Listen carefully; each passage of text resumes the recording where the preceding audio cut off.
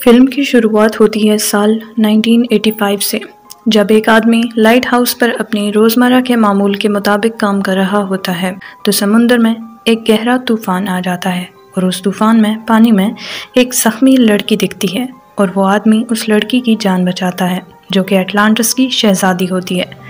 Atlantis पानी के अंदर मौजूद एक शहर का नाम है जहाँ से वो लड़की आई थी। वो आदमी और वो शहज़ादी दोनों वक्त साथ गुजारते हैं और आहिस्ता आहिस्ता एक दूसरे से मोहब्बत करने लगते हैं और शादी कर लेते हैं। उनका एक बेटा होता है जिसका नाम वो आर्थर रखते हैं और उनकी ज़िंदगी बहुत खुशगवार अंदाज में गुजरने लगती है।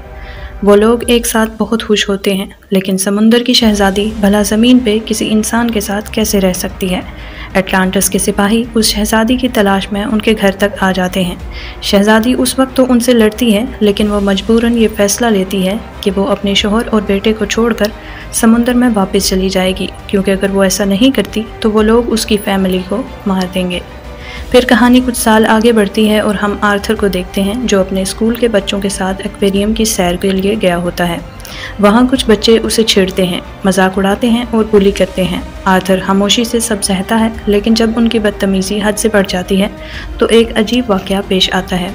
पानी के अंदर मौजूद एक बड़ी शार्क मछली जो सब कुछ देख रही होती है, अचानक गुस्से से एक्वेरियम के शीशे को ज़ोर ज़ोर से मारना शुरू कर देती है, यहाँ तक कि शीशा टूटने के करीब पहुँच जाता है।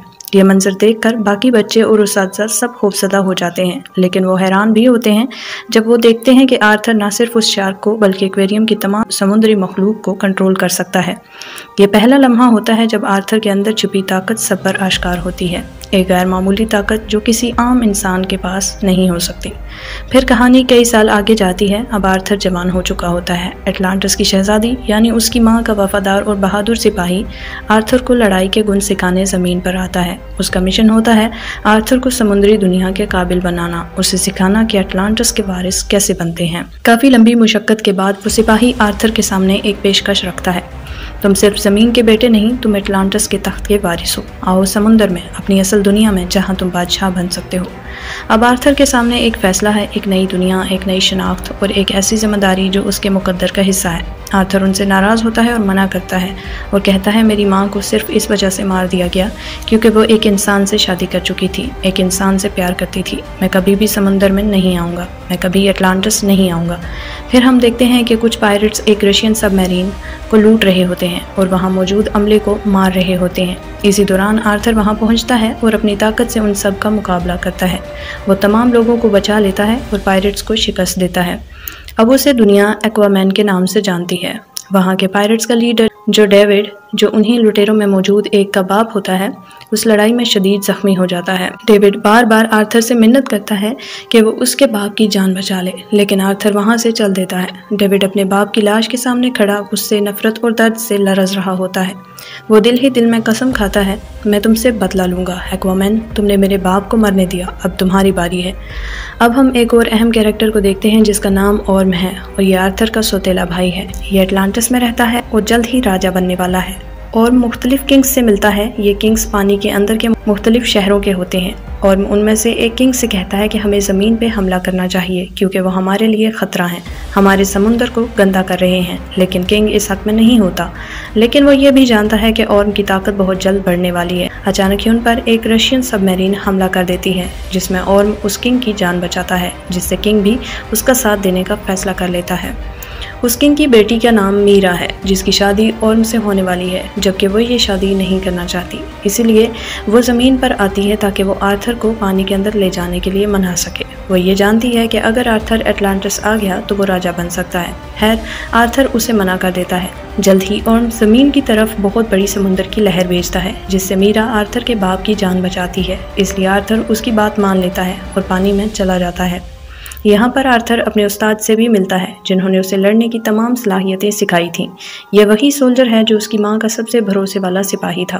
वो आर्थर को बताता है कि तुम्हें ट्राइडेंट को ढूंढना है और जिसको ये ट्राइडेंट मिल गया उससे बगैर सवाल किए उसे किंग बना दिया जाएगा। वो उसे ये भी बताता है कि अगर तुम ऑर्म से लड़कर थ्रोन हासिल करना चाहोगे तो तुम ऐसा भी नहीं कर सकते क्योंकि वो तुमसे कहीं ज़्यादा ताकतवर है।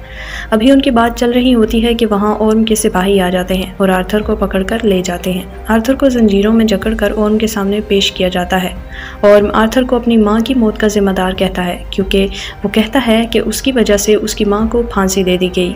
इसके बाद वो आर्थर से कहता है कि तुम ये जगह छोड़कर हमेशा के लिए चले जाओ और कभी पानी में लौटकर मत आना। आर्थर उस पर गुस्सा होता है और उसे लड़ने की दावत देता है। फिर आर्थर और ओर्म की लड़ाई शुरू हो जाती है, लेकिन ओर्म भारी पड़ रहा होता है क्योंकि पानी ओर्म का घर है। आर्थर के लिए पानी के अंदर रहकर लड़ना बिल्कुल नया है। फिर मीरा वहां आकर आर्थर को बचाकर ले जाती है। जिस ट्राइडेंट की आर्थर को तलाश थी, ये दोनों उसे खोजने सहारा डेजर्ट जाते हैं। ये वही जगह है जहाँ ट्राइडेंट को बनाया गया था। यहाँ उन्हें एक होलोग्राफिक मैसेज मिलता है जो इशारा देता है कि उन्हें इटली जाना है। वहाँ जाकर उनको कोऑर्डिनेट्स मिलेंगे कि आखिर ये ट्राइडेंट कहाँ पर है। ट्राइडेंट असल में एक बहुत बड़ा नेज़ा है जिसमें बहुत सी मैजिकल पावर्स हैं। दूसरी तरफ हम देखते हैं कि ओर्म डेविड से मिलता है। डेविड वही शख्स है जो उस मरने वाले पायरेट का बेटा था और एक्वामैन से बदला लेना चाहता था। यहाँ पर हमें यह भी पता चलता है कि जो रशियन सबमरीन थी जिसने समुद्र के बादशाह पर हमला किया था, वो असल में ओर्म और डेविड की मिली भगत थी। असल में इस सब के पीछे साजिश ओर्म की थी ताकि वो दुनिया पर हमला कर सके। ओर्म यहाँ डेविड को लेटेस्ट एटलांटियन बैटल सूट भी देता है जो कि सिर्फ एटलांटिस के लड़ाकू इस्तेमाल कर सकते हैं। दर हकीकत वो डेविड को आर्थर यानी एक्वामैन के खिलाफ इस्तेमाल करना चाहता है। ओर्म एक और किंगडम जिसका नाम किंगडम ऑफ फिशरमैन है, उसके किंग पर हमला कर देता है और उन्हें मार देता है। फिर वो प्रिंस और प्रिंसेस को अपने साथ शामिल होने के लिए फोर्स करता है और उन्हें कहता है कि तुम जंग में सबसे आला लाइन में रहकर लड़ोगे। फिर हम देखते हैं कि डेविड ओर्म के दिए हुए सूट को बदलकर अपने लिए एक सुपर हीरो जैसा सूट बना लेता है। ये उस सूट का नाम ब्लैक मेंटा रखता है। फिर हम आर्थर और मीरा को देखते हैं जो इटली में ट्राइडेंट की तलाश में होते हैं कि ब्लैक मेंटा वहां अटैक कर देता है। आर्थर भी डेविड से खूब लड़ता है और डेविड को पहाड़ से नीचे फेंक देता है, लेकिन इस लड़ाई में वो खुद भी बहुत ज़ख्मी हो जाता है। फिर मीरा अपने मैजिकल फ्लूट से आर्थर के ज़ख्मों को ठीक करती है और उसे हिम्मत देती है कि तुम्हें किंग बनना है और किंग कमज़ोर नहीं होता। इनका समुद्री सफ़र बहुत मुश्किल होता है, लेकिन कैसे भी ये सेंटर ऑफ अर्थ में पहुंच जाते हैं। यहाँ पर आर्थर पहली बार अपनी माँ को देखता है, एटलांटिस की शहजादी को। दरअसल उसे मारा नहीं गया था, बल्कि उसे सज़ा के तौर पर हमेशा के लिए यहाँ भेजा गया था। अब यहाँ से आगे आर्थर को अकेले जाना है और मीरा और उसकी माँ उसके साथ नहीं जा सकती। आर्थर लगभग ट्राइडेंट के पास पहुंच जाता है, लेकिन जब वो उसे लेने वाला होता है तो उस पर लेवियंथन अटैक कर देता है। लेवियंथन सांप और ड्रैगन की मिलीजुली नस्ल से है।